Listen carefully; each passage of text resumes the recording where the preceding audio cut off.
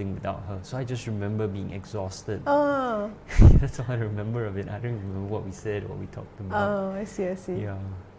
But it was 3 people you were interviewing, you know. Yes. So that might be, it's also quite a challenge to, like, 3 people? Yeah.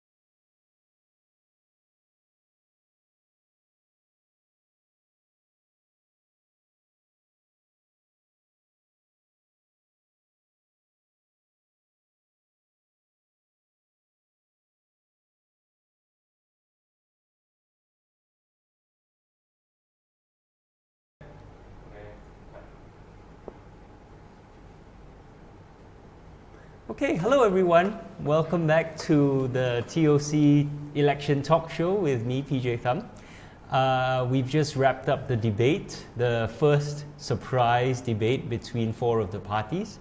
And we're now here and we're going to have a nice chat and discussion about this. And then also about halfway through the show, we'll start taking questions from all of you. So with me this evening, on my left is Jeannette Chong. All of you will remember her from the last 2 elections where she ran in Mountbatten SMC, but was unfortunately unsuccessful. And she's a lawyer, and for this election, you've been volunteering with the Workers' Party. Yes. How's that going? Oh yeah, I enjoy the whole process, and I've been doing it regularly since October. Yeah. Right. Why the Workers' Party? Do you know, is there something about them? Well, I live in Marine Parade GRC, right. And I have, I'm a voter there, and it makes sense for me to, support the WP who has been working the ground actively in Marine Parade for the last, since the last GE. Right. Yeah. Right. And they've got some incredible candidates there. I mean, Fadli is a very good friend, so right. I have to say I'm of course very biased. But he is a very honourable gentleman, and I think that the team there has been really good. Yeah, so. I have a lot of respect for Yi Jianzhong as well, so I'm really happy to support him. Yeah. Cool. Also with me on my right is Sean Francis Han, who is Editor-in-Chief of Wake Up Singapore, who are doing some incredible work online, really mobilizing a lot of people to be especially younger people, to be very aware about politics. Yeah. So, I mean, that's the aim. We want to try and get young people involved. They're the ones who are going to be inheriting this country. They're the ones who are going to be pushing the new ideas. So, I love it. This is really a place. How long have you been Editor-in-Chief? So I've been there for about 3 to 4 years. That long. Okay. So now it's now what we're trying to focus on is an Instagram page. So trying to grow stuff there, trying to get discussion going. Online. Yeah. Cool, awesome. Okay, so you guys saw the debate. First of all, what is up with that format? I mean, and not even the format, the last minute, the debate was I only learned about it this morning. I think the parties only learned about it last night. And then we have a format where literally 50% of the time is given to one party, and then the other parties split the other 3, split the rest of the time 3 ways. What do you guys think was going on in the background? Why didn't we have this, why didn't they announce the debate earlier? Why was it so sudden, last minute? What do you think of the format? Like half of it was just answering these questions and PAP gets way more time, and then the other was 1 question each. It felt like just not enough time to really do anything. And of course the Chinese language debate is still going on right now. Yeah. They didn't explain why, the time was divided in that way. So I'm just guessing it's because the ruling party is fielding the most number of candidates, which is 93. And that could be one way out, but I don't know why, the ruling party is given, such a disproportionate amount of time. I think what's really damaging in this situation here is the psychological effect as well. People get that very strong impression that this is the main party and everything else is just an alternative side voice. So it's really pitted as a binary when it's not. You know, we have a plurality of voices, right? If you look at the manifestos of different parties, they are different, unique voices. They have disagreements. All of that robust difference is just taken out when you put it, you know, as a left versus right, PAP versus opposition, simplistic binary like that. Yeah. So it's really horrible. Yeah. Do you guys think that I mean, well, I guess this is sort of the lead question, but we love conspiracy theories. Is there any sort of reason why they just announced it so last minute? You know, was it a deliberate choice to disadvantage the opposition, or do you actually think that someone in MediaCorp or whatever, who organized it? MediaCorp, right? Just last minute said, "Oh crap, we need a debate." We had a debate last election. And you know, they've had 5 years to prepare. They've had months knowing an election was coming, but it was so. The fact that this was also last minute is quite astonishing, especially in a country where everything seems so planned out way in advance. So, any thoughts there? You mean to say that the parties themselves didn't know about this upcoming debate? Yeah, that's what I heard. Like, for example, if you look at Chee Soon-Juan's Facebook page, he said he only learned about this debate last night. I see. Well, then we have to ask whether the ruling party, did they only learn about the debate the same time, or would they know it before? I mean, if everybody knows it at the same time, then maybe that's okay. I mean, I'm happy to give them the benefit of doubt and say, okay, we're really in uncertain times. Maybe they absolutely had to do this. But I think it really reflects a political situation and a government that does not respect the sanctity of elections, right? Elections are a big, big deal. It's front page news in many other countries, right? It's something that people tune into, they pay attention to. It's something that you really want to make a show at the very least of giving every party an equal fight. And here it's just, you know, because everybody subconsciously knows, I think the PAP especially, it's not a fight. Let's just put this out there, placate people, make sure it looks all right. So no conspiracy whatsoever. I'm happy to say, give you the benefit of doubt, there's no conspiracy. But the sanctity of the elections was not respected in this case. Well, I mean, it's well documented. These are, Singapore's elections are unfree and unfair, as the ASEAN Parliamentarians for Human Rights has reported. And I guess also one might say that maybe they didn't know they could have a debate because phase 2 of the post-circuit breaker, they didn't know whether they could get people in the same room. There were exactly 5 people in that room, so maybe, you know, that's why they decided on a format of 4 parties plus a moderator. So I suppose there's some reasonable, give them the benefit of the doubt. Yeah. But we all already understand, and as you've pointed out, this is a very unfair election, and Singapore's elections are not treated with the... Yeah, actually, you know, we technically have 8 days of campaigning because you minus 1 for cooling off day, and you really, voters can't really make up their minds if, let's say, you don't know who's standing where. There's only on nomination day that all the cards are falling down on exactly who's standing where, and then nomination day to, you know, the day before cooling off day is the only time that you're going to make the most important decision that will last you the next 5 years. So that's really rushed in itself. And when was the GE actually announced was also a very short runway before we're going to have GE. So that's also a very short time. It's not just the most important. In some ways, this is the only choice that Singaporeans get. Every 5 years, right? We get one choice. In a normal democracy, in a normal, well-functioning country, what you'd see is people would have multiple opportunities to take part in the political system and exercise their responsibilities as citizens.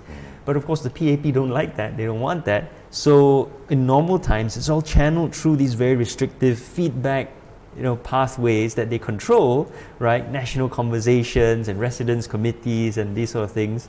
And then 5 years, we get 9 days to pretend we are some sort of democracy, and that's it. Yeah, I suppose for a lot of younger voters also, I've got a lot of questions. You must have the same experience of younger voters who are getting to vote for the first time and completely surprised by some of the, the lack of knowledge, the challenges in front of voters to try and make an informed choice. Is that what you're hearing?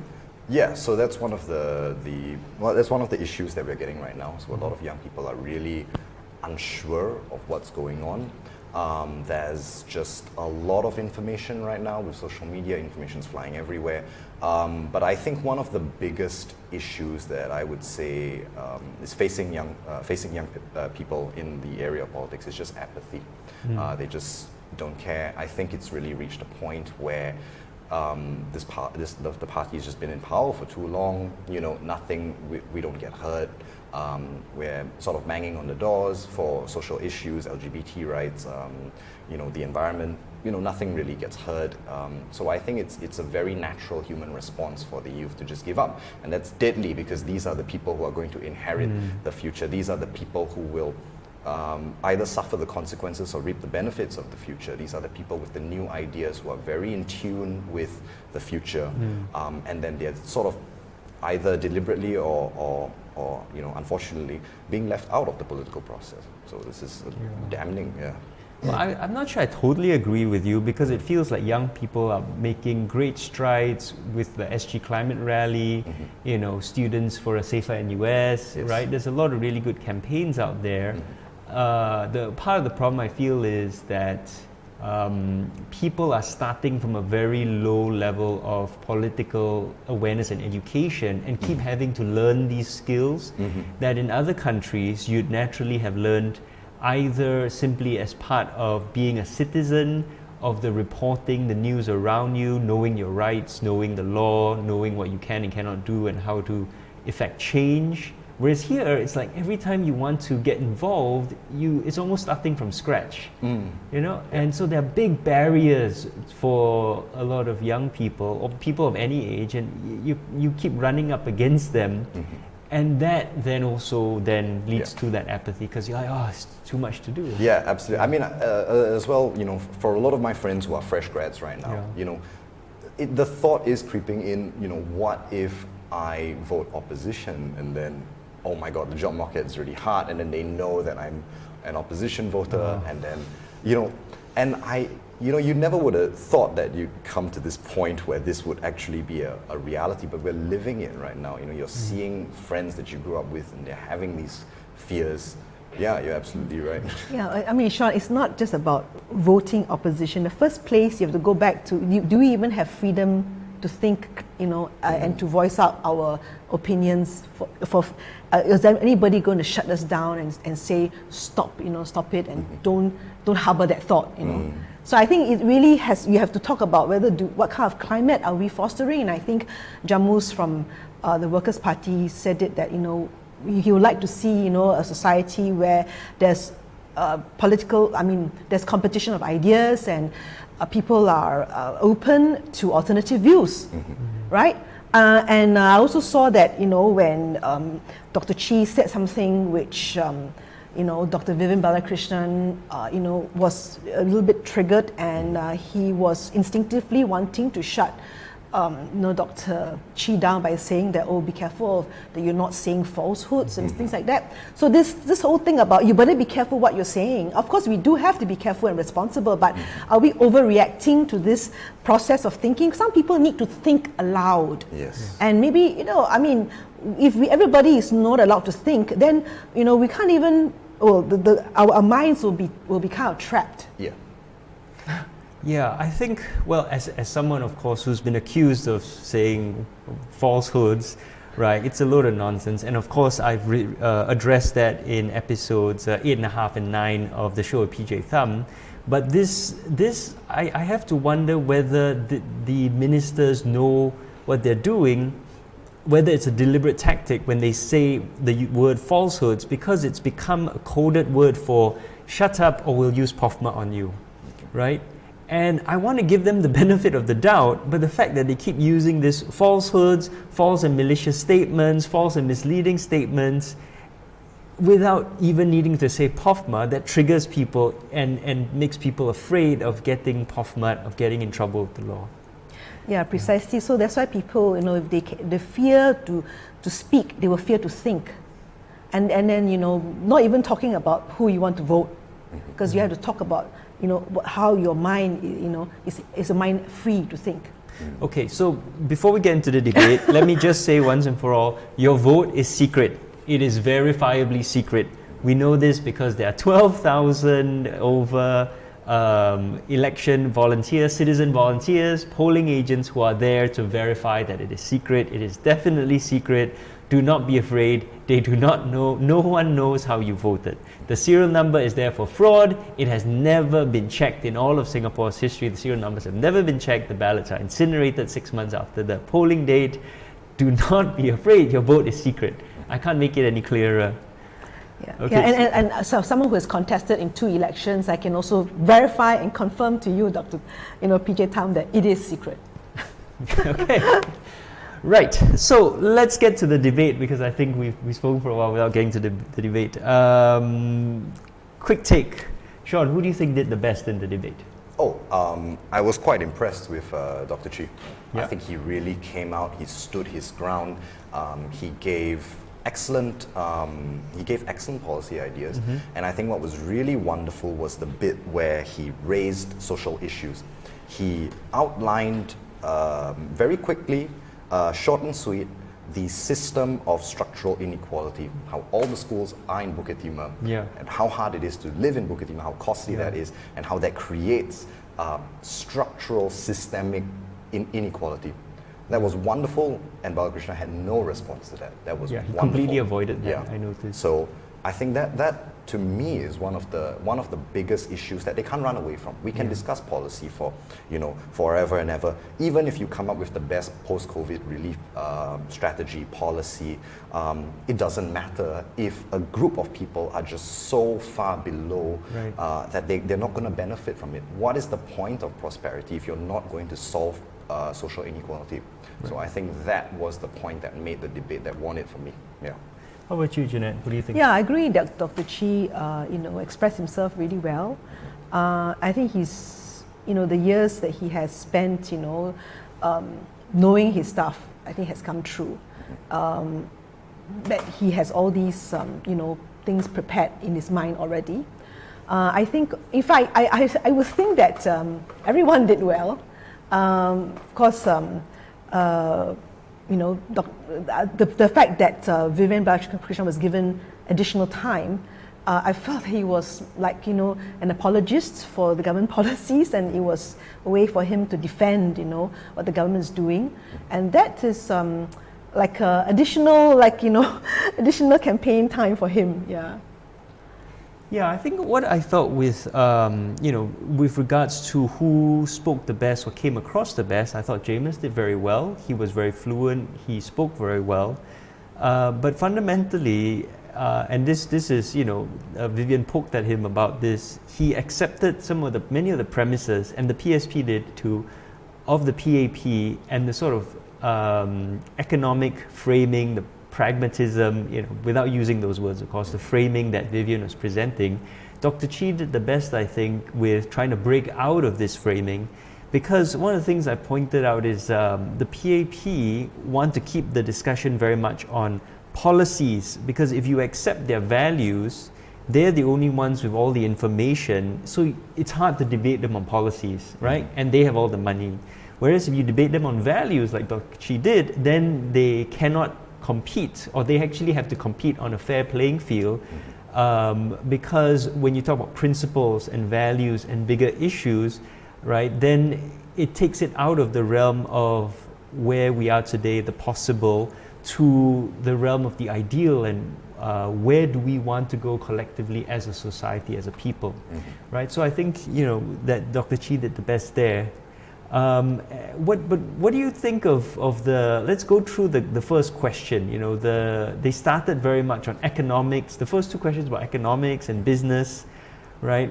And again, what really stood out for me in the same vein is that Vivian stuck very much to the PAP's neoliberal economic thinking, and kept very much to certain ideas about, say, value being measured as your ability to be productive for this country, right? Your worth to the country being how much, your dignity being directly tied to a job. Why should your dignity as a human being be measured in terms of economic output or a job, right? So these are the sort of things, and I think both PSP and Workers' Party to a certain extent accepted that framing. Dr. Chi less so. Did you guys have any takeaways from that opening exchange? I thought Jamus said something about dignity too. Yeah. I think he did say that it's not just about job, but I mean the type of job, and so I think there was some value differentiation between WP and the ruling party. I think everybody knows jobs is important, but what is the value system behind the creation of jobs? Yeah.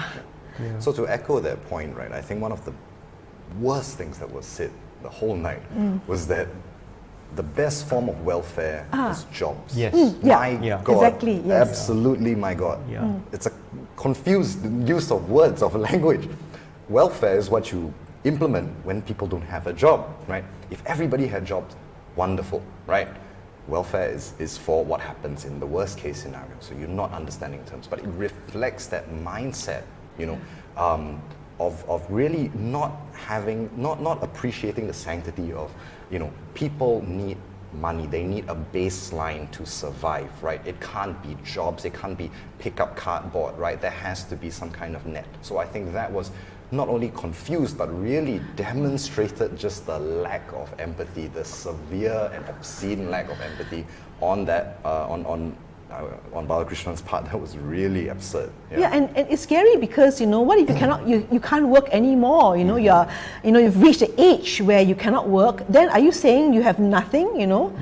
That's really scary. Not everybody can work. Yeah, there are people with disabilities, of course, people who are differently abled, and how do they fit into our economy? There's no... Yeah, if you validate a person only because you have a job, and what if you are sick, or you are looking after somebody else and you can't exactly go to work? Yeah. So I mean, that to me that has to be just really echoed strange. over and over again. Not only confused, but just horrifically unempathetic, because he said it with such confidence. I think if you didn't pay attention to it, you might think, okay, yeah, jobs and welfare. It's horrendous. I still can't get. I'll be thinking about it when I get home. Yeah, that was something else. There was this very tiresome repetition of policies. We have done this, and we have done this, and we have done this, without any articulation of where we're going to go. And what I appreciated from the other parties was at least there was some sense of where you want Singapore to go, right, to different degrees. But when you have a party with as long as a track record as the PAPs, they've got to defend 60 years of status quo now, 60 years of policies, and it feels like all they do is simply repeat, we are doing this and we are doing this and we are doing this, as if another party came into power, they couldn't continue implementing the exact same program that is already in place, right? One of the things we need to know in election is what are you going to do next in the next 5 years? Defend your track record, yes, but we also need to know what happens in the future. Any opposition, any other party could simply say, yeah, we will keep all the PAP's policies in place for 1 or 2 years. Which is, for example, what New Labour did in '96. When they came in, people were really worried. They hadn't been in power for 16 years at that point or something like that, a long time. And so Tony Blair said, okay, we will change nothing economically. All the economic policies stay in place for 2 years or something like that. And that was done. The civil service, would simply continue implementing the same thing. So you can't keep running on this, on the past.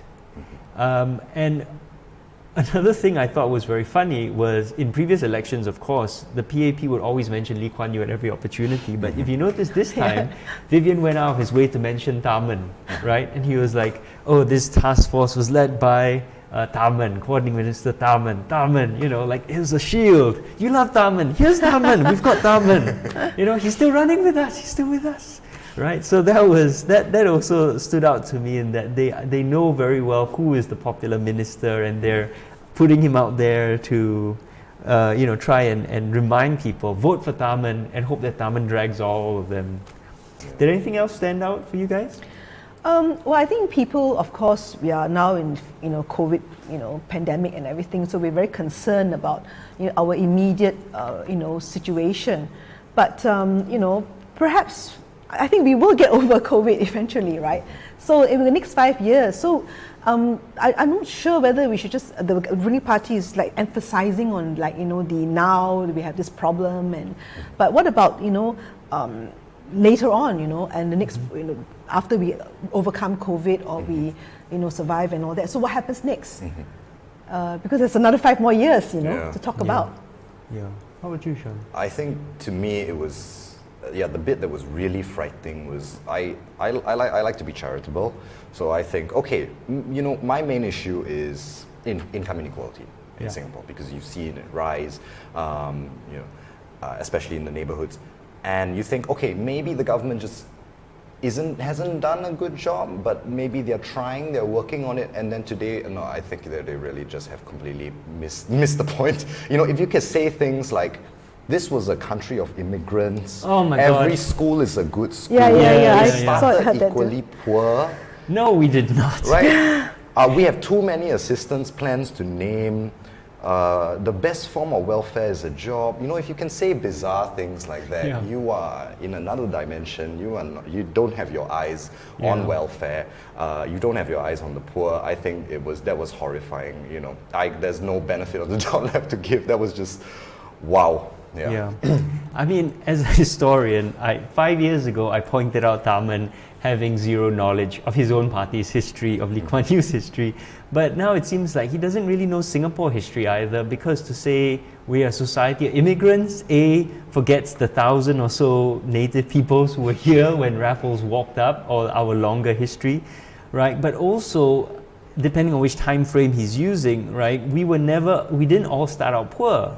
You had this European elite, you had this incredibly rich Chinese elite, and in fact, Singapore's lack of social mobility is shown in the fact that many of the families which were rich or became rich out of colonialism 200 years ago are still rich today, right? And many of the people who came here as coolies, as indentured servants, slave labor, their descendants are today struggling along in 1-room, 2-room, 3-room HDB flats, right? Where is the social mobility across generations that we're supposed to have seen under 60 years of PAP rule? What they did was, okay, rising tide lifts all the boats, but the social mobility isn't there. So there's just a huge lack of awareness. He's just repeating these empty slogans. Yeah. Yeah, so what also was great, I thought, Jamus was not just fluent. At one point he mentioned, and both the PSP and him talked about poverty. The PSP talked about 300,000 people in poverty. They talked about income inequality, spending more on the poor, on healthcare, right? The difference between the OECD countries spending 6 to 8% and us spending like 5% or less. That was Yuan. And then Jamus talking, he mentioned private tuition and how there was a failure of the education system. So these, I think, were all really important points, which unfortunately I don't think Vivian picked up on at all. There's a bit of nuance there as well, which is you can see the policies which are being raised by the opposition parties have an eye towards the poor, have an eye towards welfare, right? And for Vivian's, the policies that Vivian's putting out, right, they're just names, you know, they're just packages that are out there. That eye towards the poor, towards the needy, towards the less fortunate really isn't there, right? So that subtle bit of nuance, because, you know, if it's just policy names one after the other, right, it becomes hard to distinguish. But if you take a step back and you look at them, really, there is an eye towards welfare, there is an eye towards helping the less fortunate with the opposition, which you don't get with the ruling party. And that was on full display today. I think the ruling party's view is that they have done a lot for the less fortunate, and or I should say they've done enough. I think there's this sort of thing. So we've done a lot, you know. I think that's what they're trying to say. You know?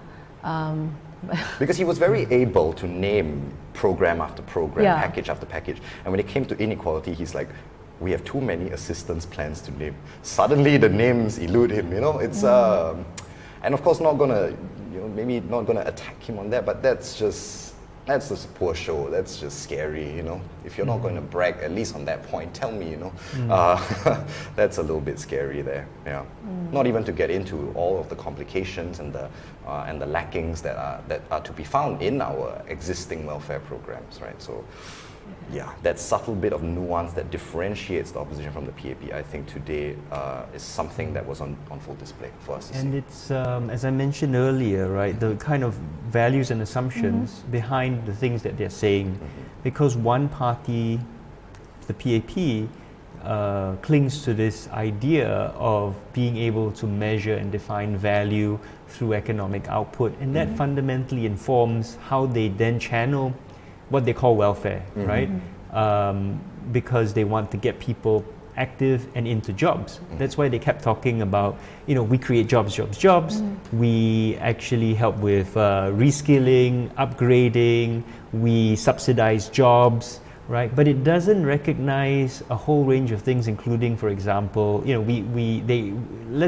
don't even get to say whether that is the right way to approach the value of a human being and the kind of society we want to build, right? We already talked about that. But the changing nature of the global economy, right? The fact that a lot of people are becoming freelancers, they don't have formal employment in the way that we see in the past 50, 60 years. You don't have the kind of enforceable labor contracts in a fixed workplace where you can have the tripartite relationship, right?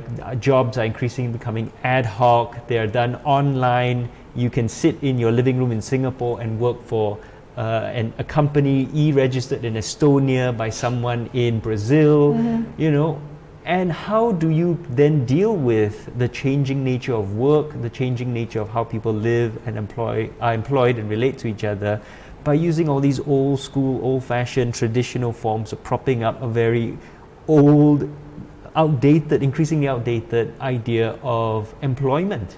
You can't, and this is that challenges, was that's just a challenge, the gig economy, they call it. Yes, the gig economy, the which Uber is economy, the whatever, new sort of way of doing things, right?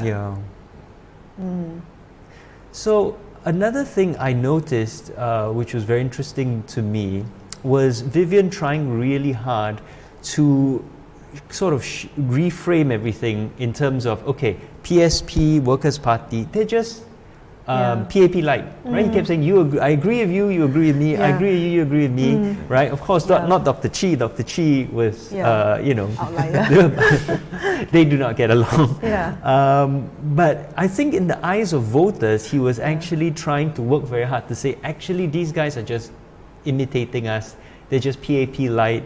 You look at them, actually, they just agree with us. They're just opposing for the sake of opposing. I think that was the message he was trying to say. I think he's simplifying things because what the value system is the one that drives the method, right? So at the end of result, the method may look similar, but what is the value proposition that is behind the various methods, you see. So I think that by saying that, we are on the same page and you're not so similar from us, I think that's it's actually downplaying the differences, the fundamental differences in the perspectives.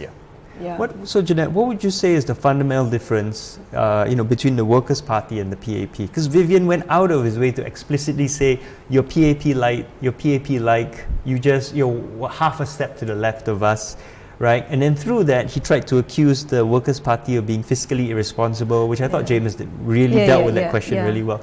But as a volunteer for the Workers' Party, if I were to say to you, well, I heard the Workers' Party is just PAP light, how would you respond? Of course, I mean, definitely I don't see the Workers' Party as just, another clone of the PAP or whatever. But of course, I'm not a party member, but what I can tell is that, especially when, he said something about we want to see, more contestation of ideas and, that there is more debate and that people can contribute to how things should be done.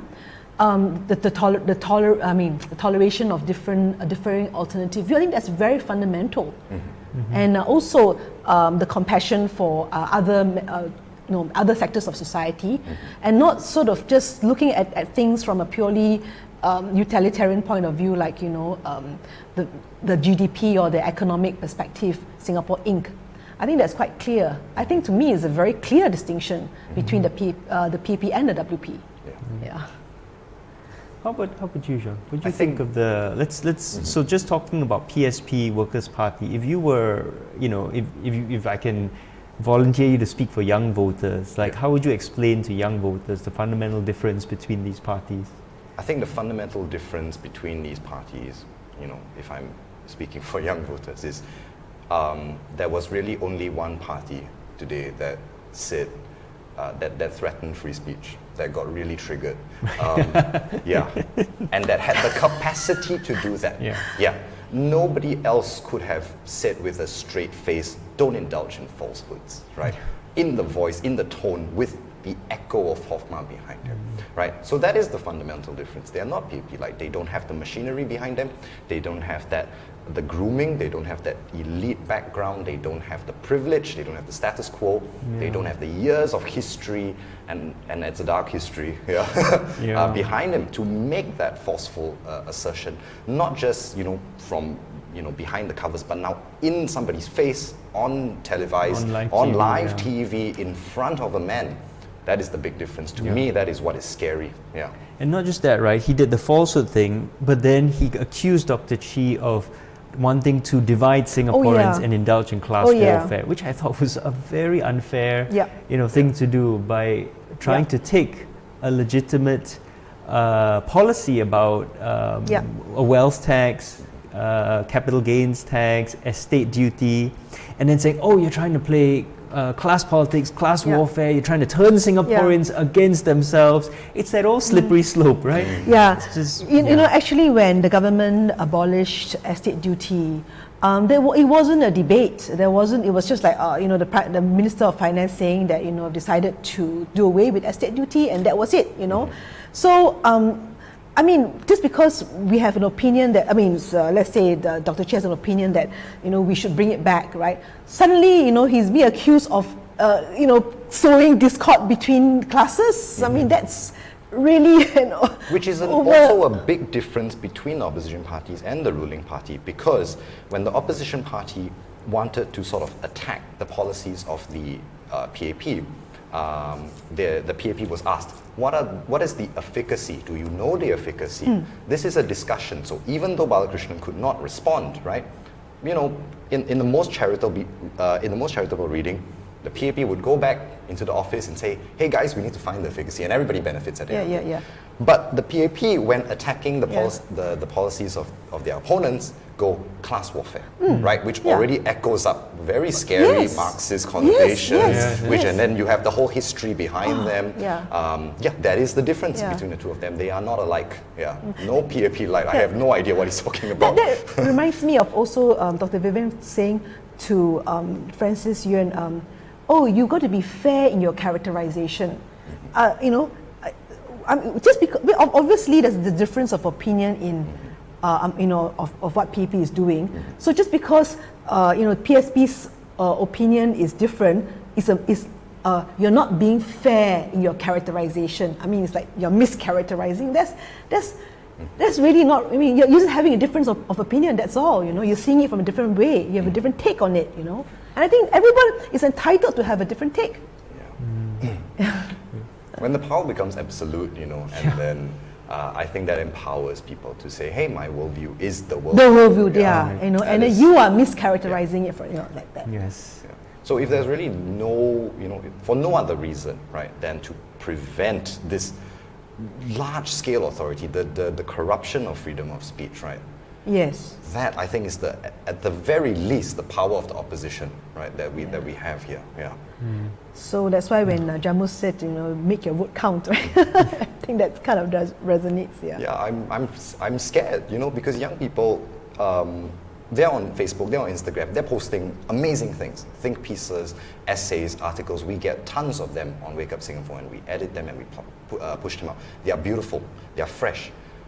But I strongly believe that a lot of it is either defanged, because of this fear. What if I say something wrong? What if something is going to be pointed at me? I can't lose my job. I can't get assassinated in public, right? That fear. These are people whose careers are just beginning, right? I don't want to take that away from them, right?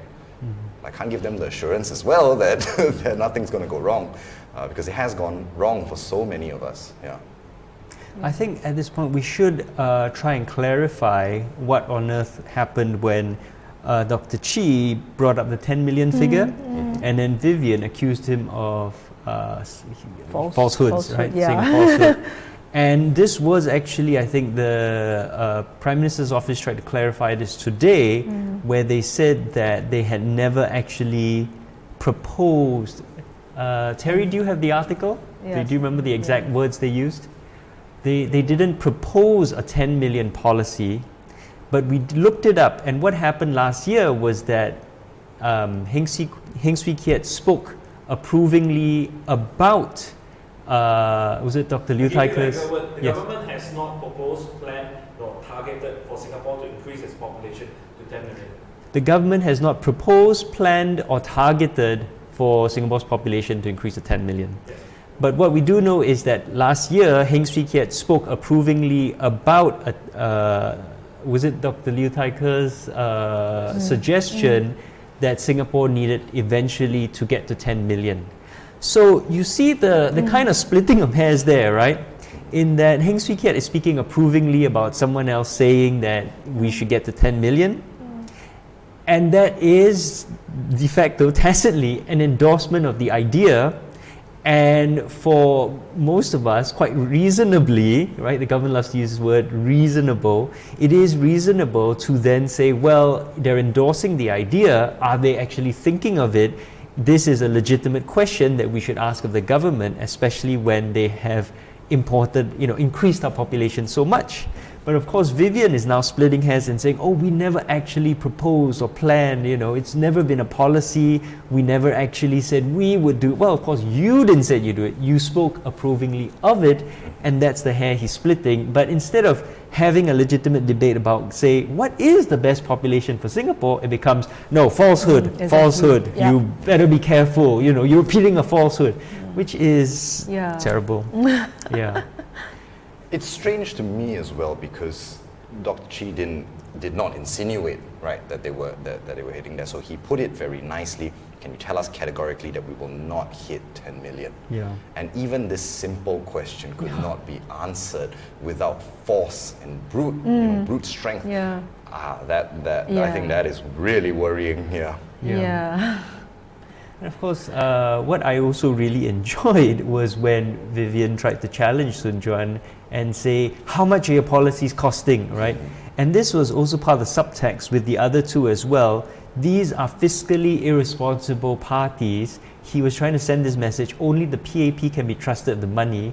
And he repeated that tired old trope about the reserves, about our pioneer generation saving money, and right? And then he kind of, through his questions, they were kind of variations on a theme of, you don't know how to manage money, you can't, your policies are costed, can you tell us how much your policies will cost? And then Dr. Chi said it'll cost 5 million compared to what you're spending, is a drop in a bucket of water, and what about you who way overspent on the Youth Olympics? Oh yeah. That was And Vivian quickly that one was yes, that was hilarious. Okay, so let's try and take some questions. Can we do that? Yeah, okay. So if you guys will, on Facebook, leave some questions, and then we'll try and answer them. And then we'll see what kind of questions we get. Yeah.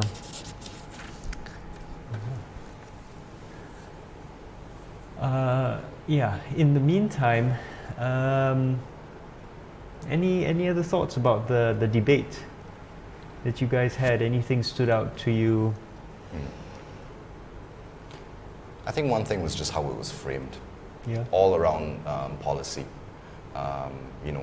When there are just numerous issues that we have, right now. I think people have been, banging on the door of racism, structural racism. That's not been addressed. 377A, LGBT issues were not addressed. It was just policy, and COVID. The framing of it was weird. Was really bizarre. Where are we headed in the future? Where do what about the brain drain? What about the loss of Singaporean identity? All of that was just, it was just not talked about. Yeah, actually, how can you have a debate when the allocation of time is so disproportionate? Yeah. It's not really a debate, So we have an interesting question here. What would you, the panelists, have asked Vivian? Right, and For me personally, I was quite excited when Dr. Chi tried to pin Vivian down on the 10 million figure, because now we have it on the record, a clear denial of 10 million and even 6.9 million. So I was very happy with that, because now we can hold them to it. But do you two have any specific question you would have liked to ask Vivian? I don't know, because when CNN said there's going to be a live debate, I also wouldn't know, like, you know, there's no like theme or topic.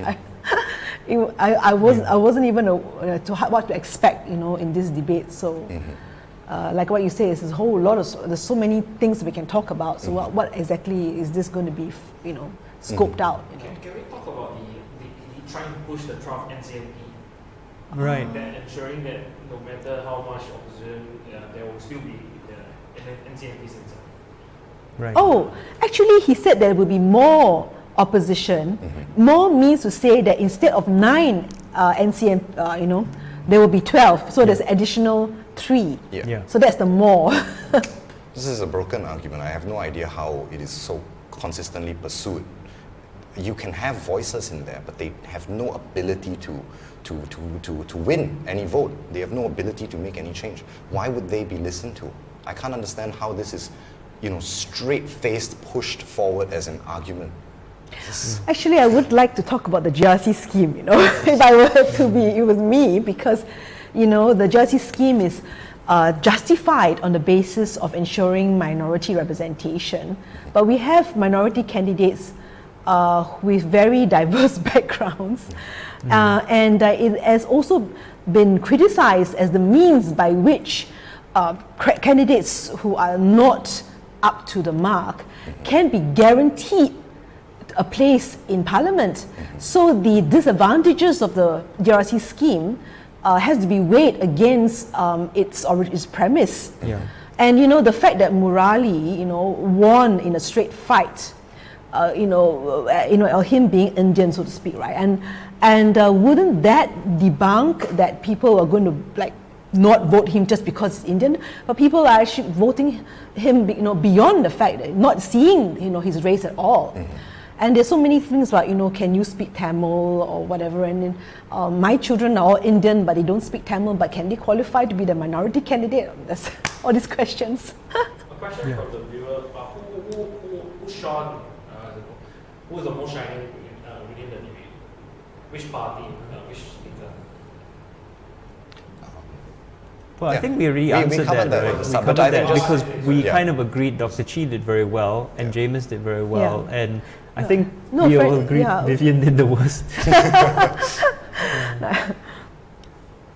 I guess I should explain a bit of context about the 12 non-constituency MPs in that it's a guarantee that there are 12 non-winning party MPs in the House.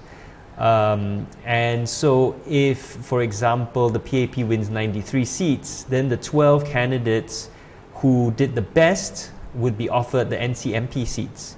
And from this next parliament onwards, they actually have full voting rights. So they are being treated equally, and you know, unlike in the past where they couldn't vote on certain things like supply, you know, budget issues, confidence issues, they actually have full voting rights. So it's not as bad, but the fact that the PAP are using this, the whole point of this is to try and convince people that, oh, you don't need to vote opposition to get opposition voices. They're trying to dilute the opposition vote. That's the whole point, right? And of course, as Sean has pointed out, having 12 opposition voices and 93 PAP voices means that they can simply ignore the opposition voices. It doesn't matter. They can change the constitution. They can do whatever they want. So that's one of the defects of the Westminster system, which is meant to be designed to in an environment where there are 2 large national parties. But what we have now is a lot of smaller parties and 1 dominant party, and that's why the whole system is very unfair. Yeah. Terry, do we have another question? A bit out of context, out of the debate. Okay. So a lot of people asking actually repeated questions. Yeah. About like, what do you think the party should promote in order to attract swing voters in this election? I think the value of one additional non-ruling party MP, would every additional ruling is disproportionate to. It's like now we only have like 6, from the previous GE, right? Every additional one would really make a lot of difference. Yeah.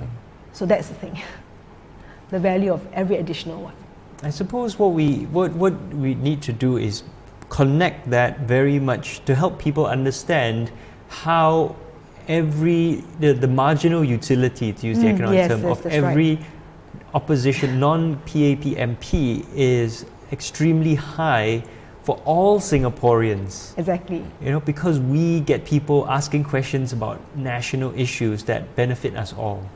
The problem, of course, is all the fear, is the knowledge that your town council is going to get punished, you're going to be denied upgrading funds, all of that, right? But if you believe in the future of Singapore and you want a good, constructive government, you want checks and balances, you want people speaking up for you, then you need to elect opposition MPs to speak up for you in Parliament.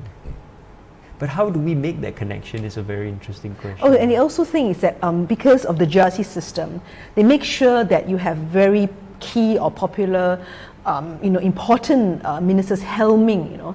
But, as we can see from GE2020, we lost a good man, George Yeo, but life goes on, the government was no less, did not, and the peoples were not sort of,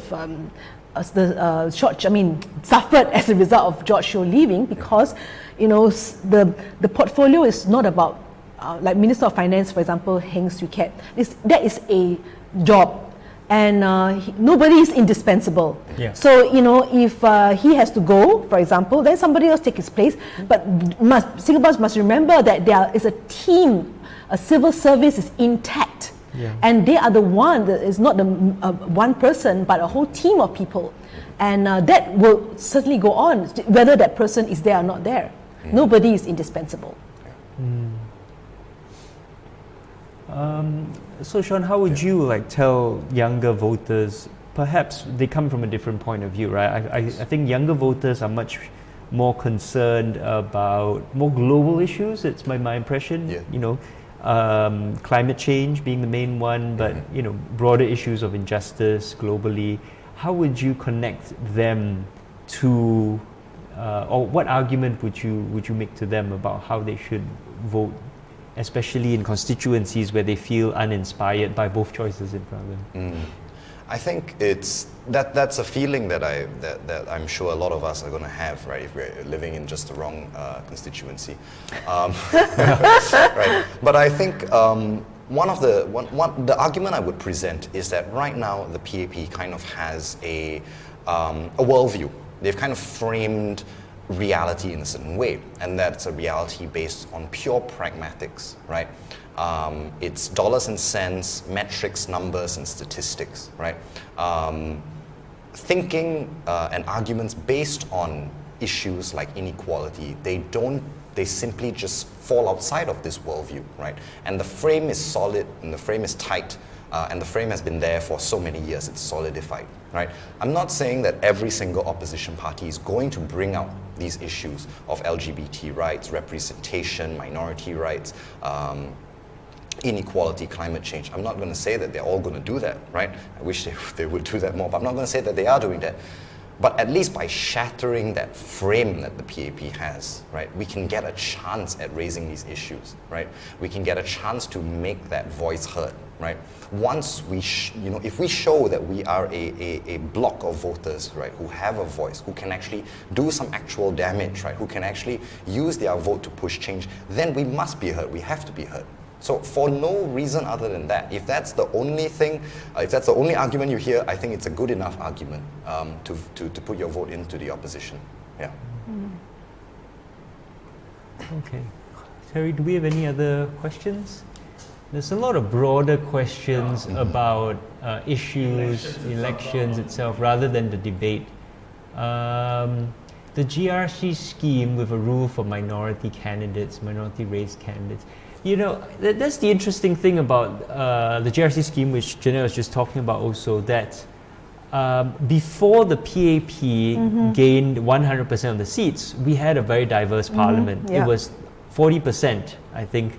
And it was because the PAP got a clean sweep, that percentage then went steadily downwards until I think it hit as low as 18% in 1980, around 20%, right?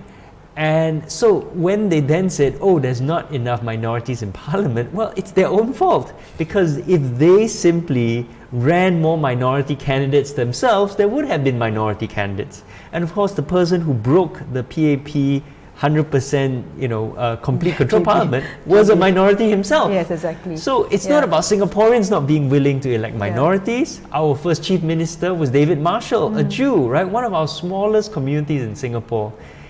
It's more about the PAP itself being unwilling to run minorities, and especially I think minorities who are truly representative of the communities that they come from, or people who are come up through the grassroots, because they won't necessarily toe the PAP line, which is very much, as has been repeatedly observed, a very male, Chinese, English-speaking, military, civil service kind of viewpoint. And they want all their MPs to conform to that. Yeah. This is a good one. Yes. What does this say? Okay, Can you so read it out? it's two questions. The first one is, would you agree that a percentage of our government revenue should be earmarked to lift the lowest rung of our society, ensure that they have livable wages? And then also, should we disallow MPs from doing work part-time? So it's two different questions. Should we take them separately? Yeah. Yeah. Sean, you've talked a lot about welfare. Do you want to answer the first one? I think that's one that's a good step, right? I'm always welcome to steps that have the poor, that have the disenfranchised in mind. I'm just really, I think, especially after tonight's debate, a little bit unsure if the mindset or that frame of mind of the ruling party can really do that without turning the policy into some form of tokenism. Yeah. So I think that would be a nice step, but I think if and when it does come, let's be a little bit wary that it doesn't fit into some form of tokenism. There's not some way of abusing it. It's not a big show, and then nothing structurally or systemically changes, right? I think let's be a bit wary about that. That would be my point of view. I think the thing about many of these, like putting a firm number on things, right, is that it takes away our own, so not just flexibility, but our own responsibility for that number. Because if we fix a number, then we can feel like, oh, the problem's solved, we just have a number, and the agency, it's out of our hands, right? Whereas if we, and it's part of a broader mindset, wanting to, because this is exhausting, these are very complicated issues, to just make it as simple as possible and let's say have a number. But I think these are very complicated issues, and to fix a number on them would be much too simple a solution, because these are very complicated. And what you count in that number, what you don't count in that number, you become obsessed about the number. These policies, we need to, I think, have a much broader view about the values and have debates about the values underlying what we're doing and why, rather than getting caught up in saying there's a certain percentage. It needs to be a constant debate, and I think that's why we have a parliament, right? That's why you constantly debate these issues, and you bring it up every few years. You change policies, you change direction, you tweak policies. Nothing's perfect. As I think I mentioned, I was discussing with I was actually talking with a PAP grassroots member who was saying, oh, we can't have a minimum wage or something like that because that policy will be abused or something like that. And I was like, all policies will be abused, right? Yeah. The question is, what is the best policy for an appropriate point in time? You try and implement a policy to solve problems, and then you see how the policy works, you measure it, you gather data, you improve it. But to imagine you can come up with this perfect policy or set a perfect number to solve a problem, I think is, But let's take the second question, Jen. Okay, I can answer very simply. I mean, I stood for 2 elections, right? Yeah. If elected, I'll definitely, focus full time. I don't see how I can have a day job and treat my MP-ship as a night job or a weekend job. I don't think I could do it. I would just be a full time. Yeah, I mean, as someone who has 2 jobs, right? I teach at Oxford and I'm managing director of New Narrative. It is killing me, right? But New Narrative doesn't make enough money to pay me a salary, so I'm still teaching. And I have to tell people, I think it's taken years of my life to have 2 jobs, and I wish I could have just 1 job. And being an MP in Singapore is very complicated because it's not just you represent people in the national legislature and talk about national issues and how they would affect your local area. You're also a town councillor and dealing with municipal issues and in charge of whether the drains are clean and whether the roads are clean and whether the grass is cut and things like that. Yeah. So, and you have to be accountable, to the whole nation. Yeah. Right? So that's not just accountable to one boss or you got everybody. Yeah. You're so no you longer really yourself. Very careful right? everything you do and. Yes, you're supposed to be out there.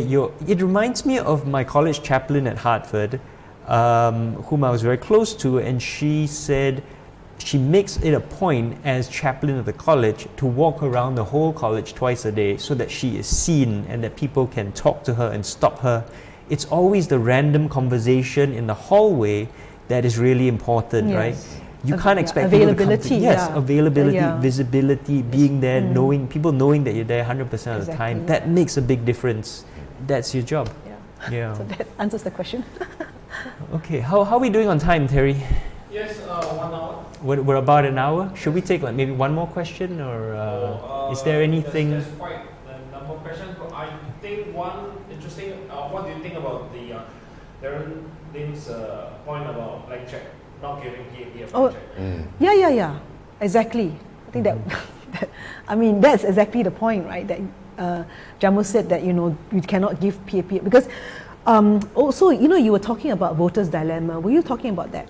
Voters' That dilemma. means say that if you are in a certain ward and you might not know who to choose. Yeah. I call it voters' dilemma. That's a good term for it, yeah. Because you have faced with 2 choices that you're not really like drawing you to any one of them. Yeah. I don't know, because I don't see it as a binary choice, because in our system voting is compulsory, so people think that I have to vote A or B. But if you vote A, which is maybe less, you are actually giving that person your affirmation. But I mean, I may be politically incorrect to say this, but you can also spoil your vote as an abstention, because you can always abstain from voting, and I think that's also a valid choice. Because if you were to give A or B, you're actually affirming, you're saying that, and then that person will think that, what I'm doing is great, because I've been affirmed, you see. So I'm just saying, one possible way to resolve a voter's dilemma. It is a bit unfair because you then have to pay $50 to get back. I suppose you can go spoil your vote. That's what you mean, rather than abstain, you spoil your vote, or give a blank ballot. Yeah, that's what I mean. Yeah. So as long as you show up, of and course turn you in have to show up. You have to. Yeah. I mean, it's not, but I mean, there's this thing about binary choice, you see. What do you do? And I mean, I don't know, because voting is compulsory. You have to go there to vote.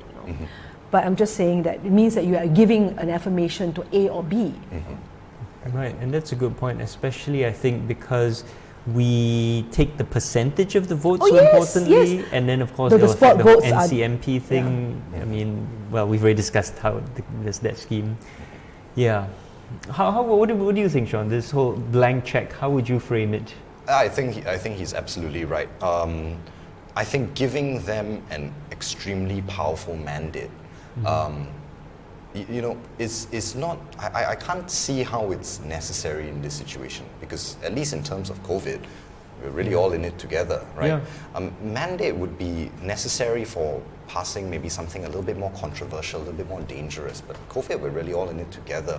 I think the idea of not handing them a blank check was made especially clear today because of the force and the brutality that Vivian pushed onto Chee Soon Juan. That's what happens when you know and you're sure that you're going to win an election, and you have been doing so. That force and that power and that fearlessness, that really only comes with being handed a blank check, and they've been handed a blank check over and over and over again.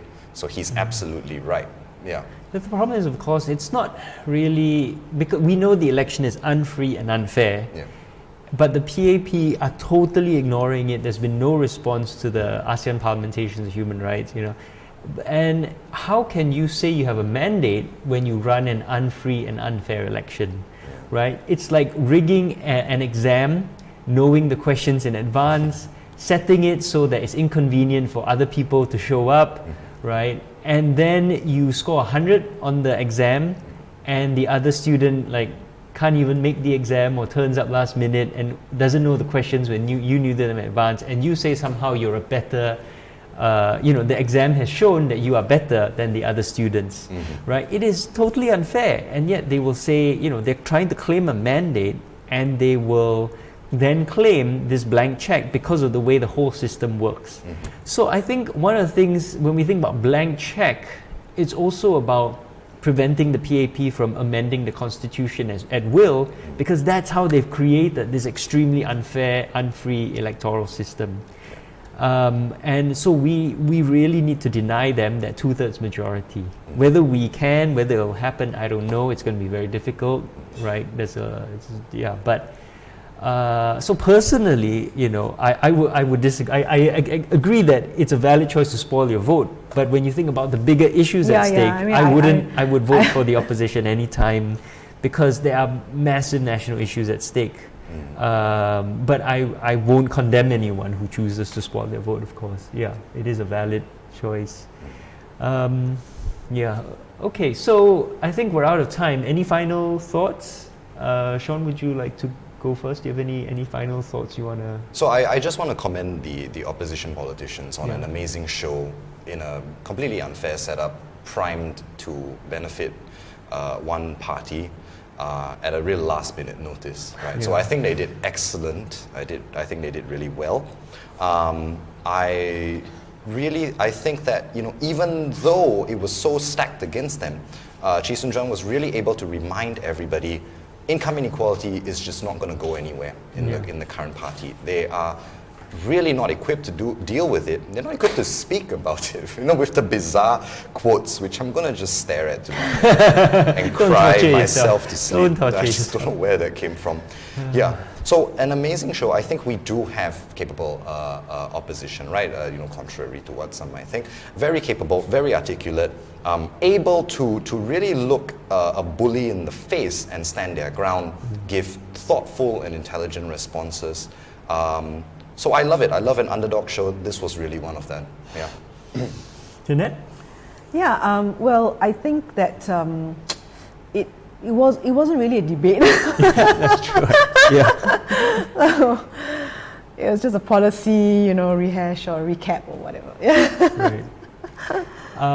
And I agree with both of you. It felt almost like it was set up to let Vivian, punch away at the others. The kind of the framing, the way it was set up, the 4.5 minutes for him, 1.5 minutes for the others, right? But the others did really well. And I think actually this should put paid to this whole idea. Just before this election, I actually got an email from someone. I've been asked, what happens if the opposition win? Are they going to screw everything up? Are my house prices going to go down? What's going to happen to my CPF? And I just say, just look at them. Look how competent they are. Look how good they are at thinking on their feet. Look how talented they are. Look at the policies, the values. Look how well they've done, right? Look at the broader scope of the opposition, men like Tan Ching Bok, like Pridam Singh, Paul Tambaya, right? If they get into parliament, I think they're going to do a good job based on what we've seen. So the debate has actually shown us and revealed very much the nature of some of the participants and of the parties, for better or worse. Yeah. Okay, so thank you very much everyone for joining us, and a big thank you to my two incredible guests who I have been really, really good. This has been a fantastic conversation. Thank you very much, Sean. You can check out Wake Up. What's your URL? Wake Up Singapore? Yeah, Wake Up Singapore. Yeah, so you can find us on Facebook or Instagram or wakeupsingapore.com for our webpage. Yeah. Great. And to Jeannette, whom I do hope you'll consider running again, because I think Singapore will be better off with strong voices like yours. But in the meantime, I think you're doing a fantastic job volunteering for the Workers' Party. So good luck with all of that. And good night from me. Do keep, we'll be here again every afternoon for the rest of the election period. And remember, if you want to make a difference, go volunteer for the parties, go help them out. They need polling agents, they need counting agents, they need all sorts of volunteers just to hand out leaflets or whatever. Or come here and volunteer with Terry, the online citizen desperately needs you. Or check out New Narrative, NEWNARATIF. Check out my website. And we try and publish lots of important news, information, research, comics, arts, podcasts, videos about Singapore. We've got a book out, The Singapore Citizens Agenda, and also, of course, we're going to have watch parties and democracy classrooms over the next couple of days during all the broadcasts, the party political broadcasts and constituency broadcasts. So there's plenty going on. This is a very exciting time. So thanks everyone. See you tomorrow. Good night.